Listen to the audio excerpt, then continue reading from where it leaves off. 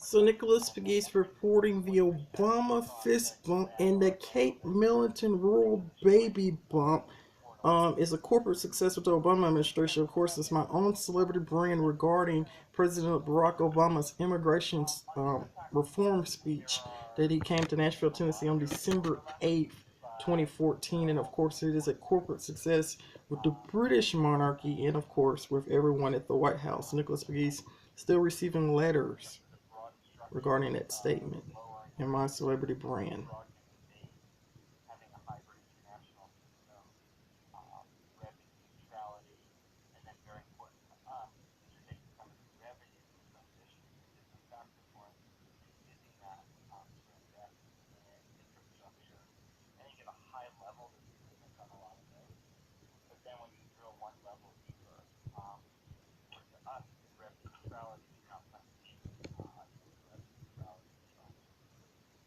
Also, Nicholas Pegues, the biggest investor of the Obama administration above American politics right now. I have so many people from around the free world who looks at Nicholas Pegues. I am the biggest investor in the Obama administration above American politics. And I'd like to encourage everyone to become charitable and buy something from Amazon.com or Amazon.com UK. Princess Beatrix of York, I have a celebrity crush on you too, and everyone knows that you have a crush on me, all the way up to the British monarchy, which I am supported by Sacred House. Somebody very, very important and very classified wrote me something very special I would never share with the international community. Let's listen in.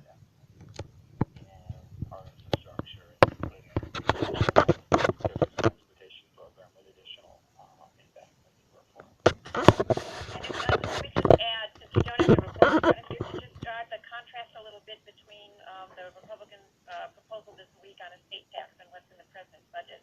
In California, the number of estates that would be affected by the estate tax proposal that the Republicans are considering this week is 970, and that compares to almost 2.5 million families in California that would benefit from the president's second earner tax credit in 2016. As well as 1.5 million workers that would benefit from the President Charles EITC expansion in 2016. So it's really a very, very stark difference in priorities and difference in where we're making the investment. And I point out that the cost of the estate tax proposal is nearly enough to cover the entire middle class set of tax proposals that the President proposed. We'll go next to the line of Chris Jansing with NBC News. Hey, thanks for doing the call, and I wanted to give you a chance to answer some of the things that Republicans have been saying about the president's proposal and what he's putting out there. And they cite in particular the lack of wage growth in 2014 using Labor Department statistics and Federal Reserve data showing that the middle fifth earn less and their net worth is lower than when the president took office. And, of course, you know what their response is that you give more money to people who are employers, and then it helps with wages and it helps with job growth. And I wonder if you can respond specifically to their statements on sort of us versus them. Sure. Let's just take a few points. One is just in very broad terms. I don't think you can just look at a policy and look at what follows to infer something from it. But we tried nearly $2 trillion of tax cuts in 2001 and 2003, and the result was the first economic expansion we've had where households didn't see their incomes rise, where we had fewer jobs at the end of that than we had at the beginning of that. So I think that didn't work. In contrast, right now, we're seeing the fastest job growth since, as I said at the beginning, since the 1990s, the largest decline in the unemployment rate since the 1980s, and so the economy really is moving in the right direction, number one. Number two, I don't think there's any economist who would, well, not any, I don't think that the vast majority of economists would tell you that eliminating the estate tax is the way to raise wages for middle-class families. The people who support eliminating the estate tax tend to support it because they think, fair or something like that, and I'm happy to argue either side of the fairness proposition. I think we have the stronger side. I don't think anyone has a particularly strong argument that cutting taxes for 5,400 of the wealthiest families while increasing the budget deficit to do so is going to help any middle-class family. That's not a tax cut even for employers. That's a tax cut on the wealth of some of the very wealthiest people in the country. The third thing is just to address those particular statistics. I haven't seen that document, but somebody else referred to it to me, and I think it, as I understand it, covered income through the year 2013. The more recent wage and income has been stronger. Income grew in the year 2013, and the main reason it's below where it was earlier was the huge hit to the economy in the Great Recession. You had the worst recession since the 1930s, coming on top of several decades of wage stagnation, and the combination of the two of those means we very much are moving in the right direction.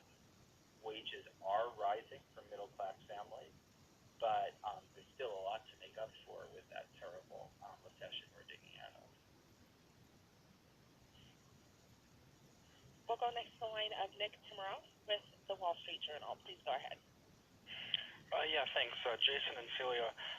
Cecilia, the Treasury reported today that the budget deficit for the first half of the fiscal year was up 6% from a year ago, which is the first for the half-year gain in the year-over-year deficit since the recession.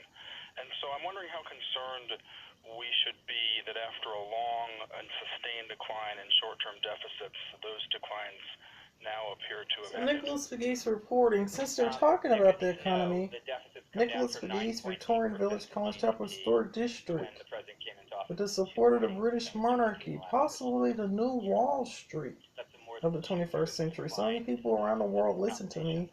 both Perhaps strengthen the economy and the change of the U.S. dollar has somehow created me to be a voice of change, and perhaps Victorian Village can serve as a symbol of a new Wall Street in the United States of America. Nicholas Pegues reporting. Let's listen into the White House press conference. Nicholas as a Pegues. share of GDP for the next couple of years, and then it would start to rise again after that. So we broadly Regional Memphis Historic have been District, my idea, can possibly serve as a charitable place to a more to uplift, people around the world who love everything Victorian Village, and of course, it can serve as perhaps a new Wall Street. Nicholas Pegues, 21st century. but it's roughly leveling off. And the president has proposals that over the medium and long run would make sure you were continuing to keep the deficit below 3% of GDP, continuing to keep the debt. The Regional Memphis Historic District has been of great inspiration to many people who serve in our government, for its members of parliament, to people who actually work on Wall Street. So perhaps it can serve as a charitable place Last question. to uplift And that will come from the line of Josh Lederman. everyone around the Please world go ahead. during this harsh economic season. Nicholas Pegues reporting. As you'll recall, in the aftermath of the election, both parties were really speaking about tax reform as one of the likeliest. And everyone must remember President Barack Obama is a lame duck president of the United States. He has nothing to do with the economy being down. Nicholas Pegues. Let's listen in. I was a young Republican. You can look at my whole story. The Obama administration has nothing to do with the decline of this economy. Nicholas Pegues reporting. I'm wondering, if you can give us an update on the status of any negotiations with Congress over trying to do something. I'm still a young Republican, except I'm just now a voice for the American people in a different way. And of course, now I'm more of a young monarchist as a descendant of Victorian Village, College Chapel Historic District. Let's listen in. If you look at the individual proposals that we're talking about in this report, many of them have a bipartisan lineage. The EITC proposal, the president. A corporate appreciation to everyone at the White House, Chairman Ryan.